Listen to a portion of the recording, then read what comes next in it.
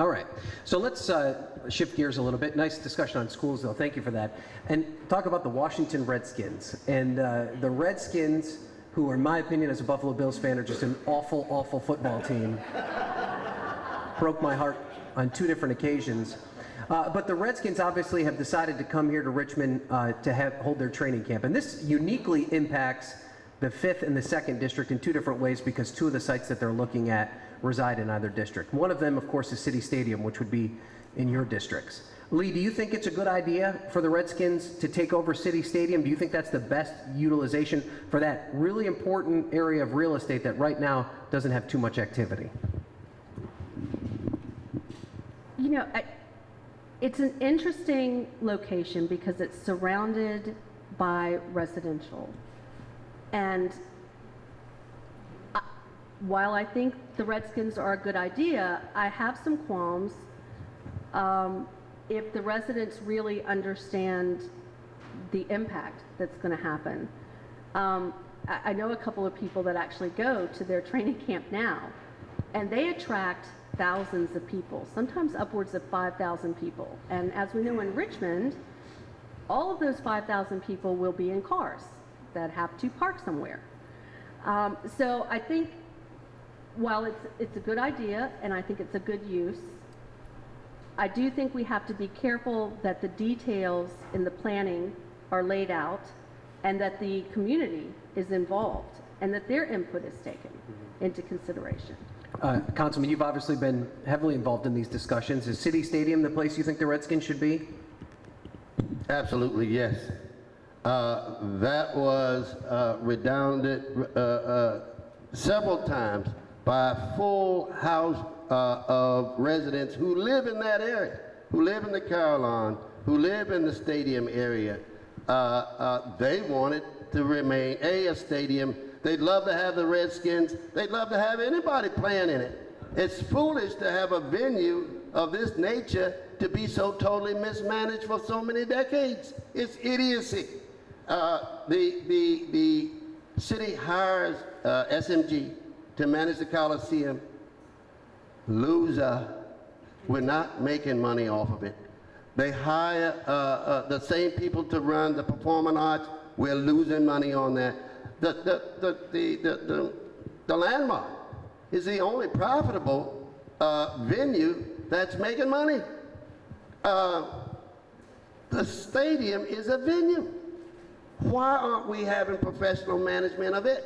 And with regards to the Redskins, it's no big impact when they're only going to be here for 3 weeks. Meanwhile, we need to get our children in there. TJ High School, I just put $150,000 in this year's budget to upgrade their field. They got bleachers, no lights. George Wythe, which is in our district, has lights, no bleachers. That's no way to treat children. And so if we're going to do this stuff, we need to do it right. Right. And that's not been done right. And so do you think the council person, you or whoever is elected, should actively be at, because it's down to 2 spots. Are you going to go out there and actively recruit and say this is where we should put it, City Stadium, and lay that out? Is that your responsibility? Everybody who's paid attention knows that the overwhelming majority of residents in that area want to keep it as a stadium and would love to have the Redskins there to use the facility and bring revenue to the city at the same time. Some $12 million a year, and they're trying to get private money to juice this $10 million that we just heard about three weeks ago.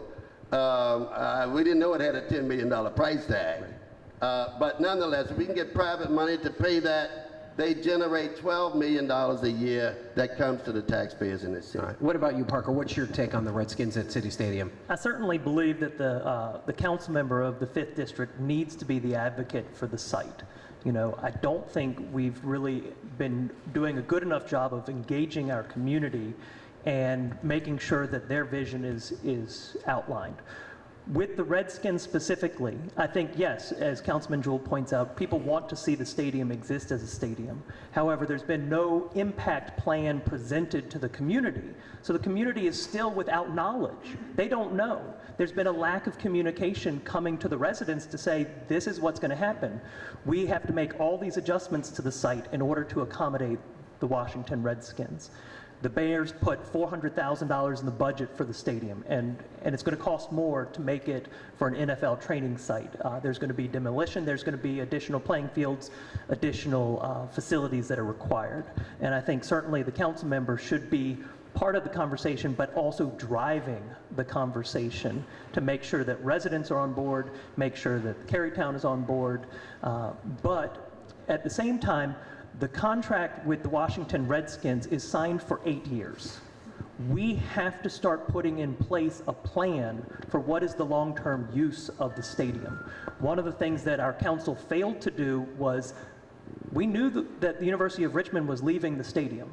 We did not effectively manage that relationship so that when they left, we had a plan in place on how and what we were going to do with the stadium.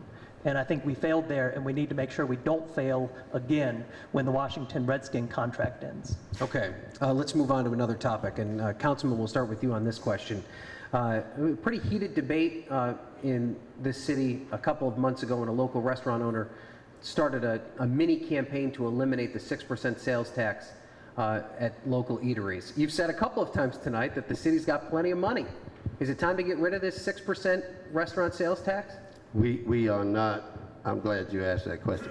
We are not awash in money. Let's not get carried away here. So there's a difference, just to get you on this, there's a difference between having plenty of money and being awash in money. We ain't hurting. We ain't hurting like so many municipalities around us are.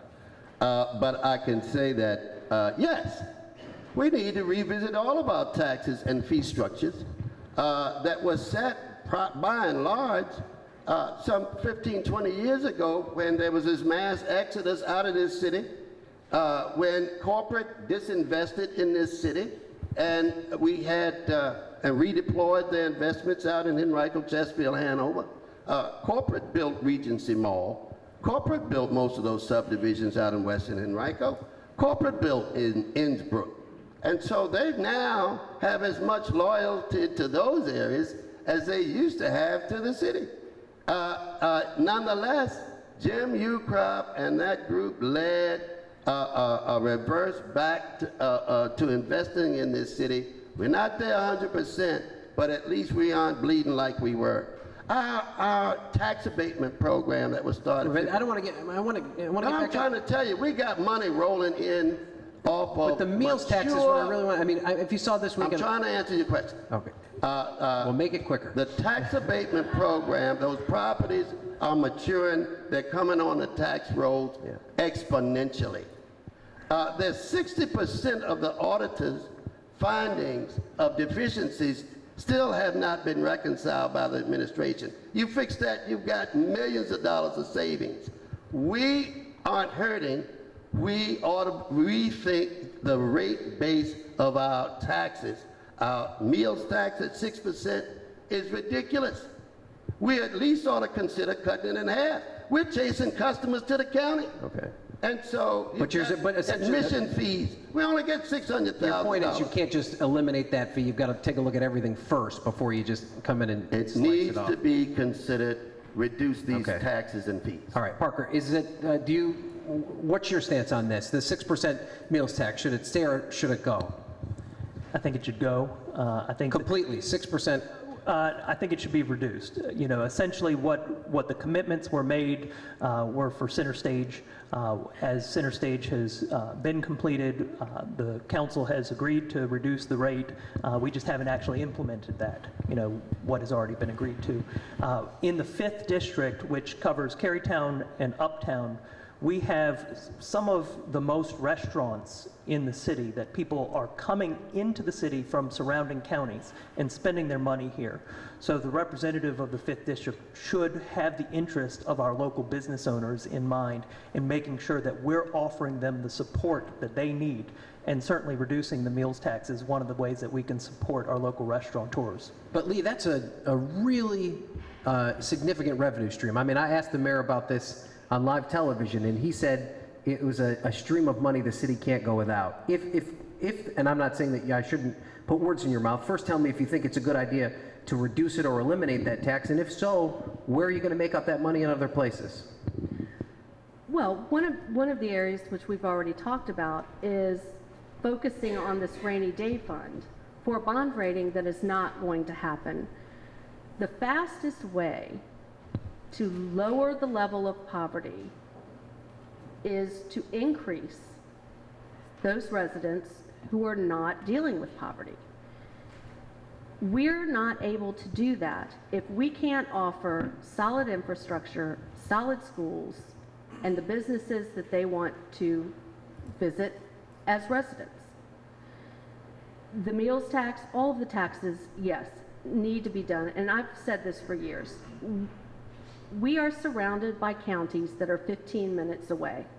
If we cannot be competitive across the board, and that's with everything, we've been hearing, all of us have heard from the police, from the fire, we haven't gotten raises. We're looking at the counties, we're looking at going to the counties.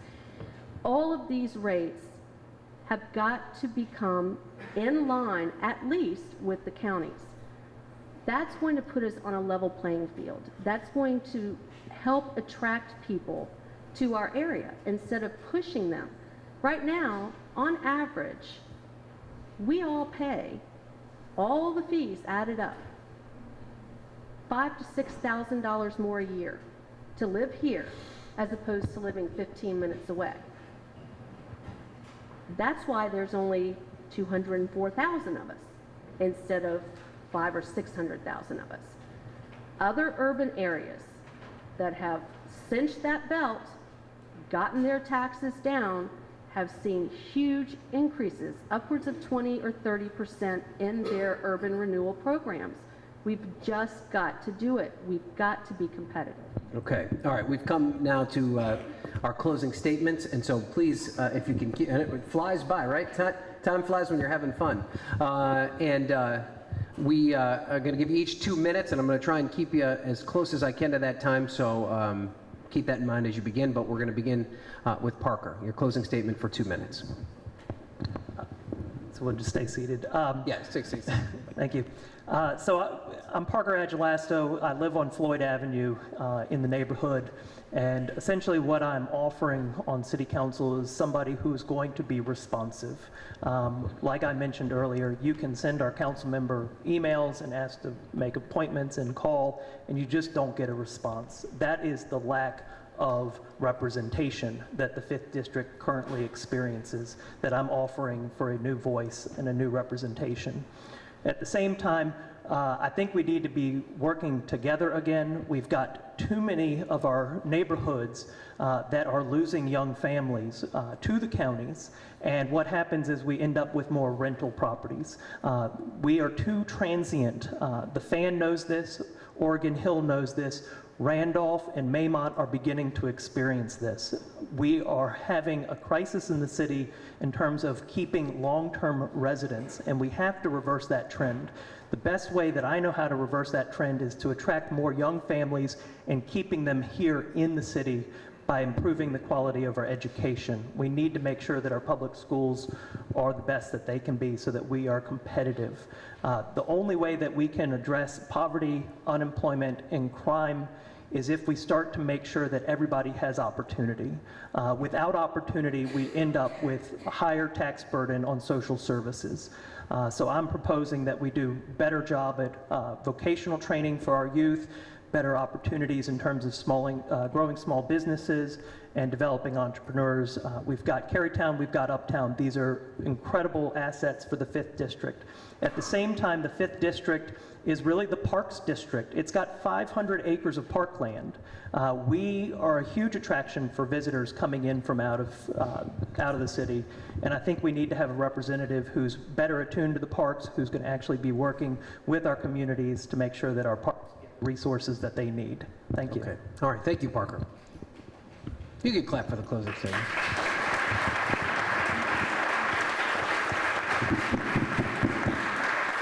All right.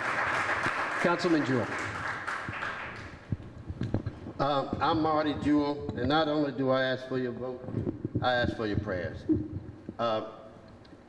got a tough slog. This is an economy, an economic environment unlike anything any of us living knows anything about. The wafts and whiffles throughout this economy affect people every single day, up one day and down the next. And so when times get like these, it's time to get creative and be close. It does take a village to raise a child. Those of us 40 years old and older know what I'm talking about. We were raised by that village. Sadly, the village has been broke for the last 25 years, and it's being reflected in our school system, in our youth culture, and we've got to fix it now. I'm launching, after this election, win or lose, a Rebuild the Village campaign in my district. We'll start in Randolph, we'll build the models, and we'll be able to replicate this throughout this city. I'll build, what was the village? It was real simple. Neighbors knowing neighbors by name, knowing each other's children's names, and being committed to take care of one another. That's all it was. And we sort of gave license to our neighbors to help us do it. Broke is just gone. And so I've worked towards getting what is now a near zero violent crime rate in the 5th District.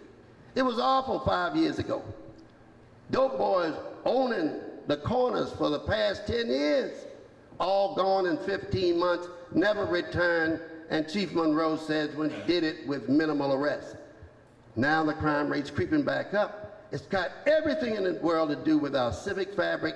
We build proper civic fabric around the best interests of our children and act accordingly as adults, and everything else falls into place.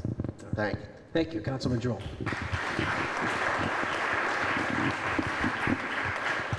And we'll finish with Lee. Go ahead, Lee.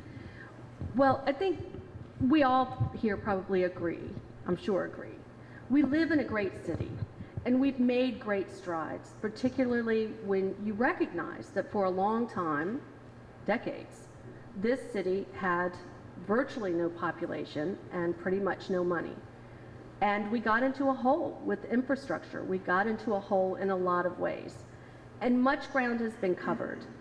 I'm running because I think the pace needs to be picked up there. We've got to improve the schools. We are losing families. We bleed in Woodland Heights every couple of years. They go and they leave because of the schools. They leave homes they renovated, homes they love.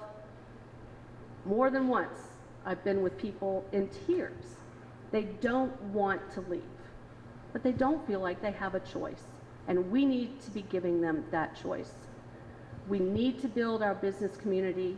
I've been advocating for aggressive marketing, biomedical, tech industries. They can utilize the existing buildings that we have. They don't need a great deal of space. It doesn't happen by sitting back and waiting for them to find you. Amazon got in Chesterfield County from an aggressive plan. They went after that company, and they didn't stop until they got them. And this city needs to be doing that as well. We need to attract more residents. Businesses will certainly do that, but we need programs. I'm a fan of continuing the abatement program. I think it's done wonders with our housing stock. We've got to address the infrastructure. The items that we all complain about, you know, you don't keep that to yourself. We need to address those. I hope you'll consider supporting me November 6th. I'm not a big talker. I am a big doer. People in Woodland Heights will let you know. We've accomplished a lot there. I want to accomplish that for the rest of 5th District. Okay, all right, thank you.